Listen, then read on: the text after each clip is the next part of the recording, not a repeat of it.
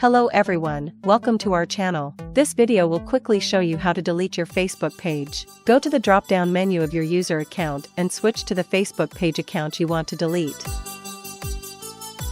Click on your Facebook page.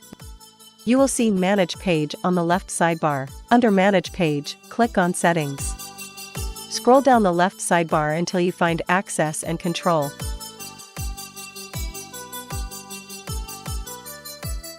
From here, you can either deactivate your Facebook page or delete it. To delete your Facebook page, choose Delete Page and click Continue. Click Continue again.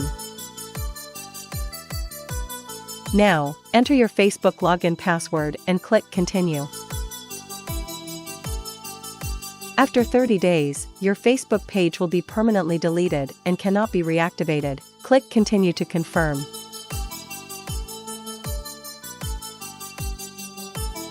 Boom! Your Facebook page has been successfully deleted.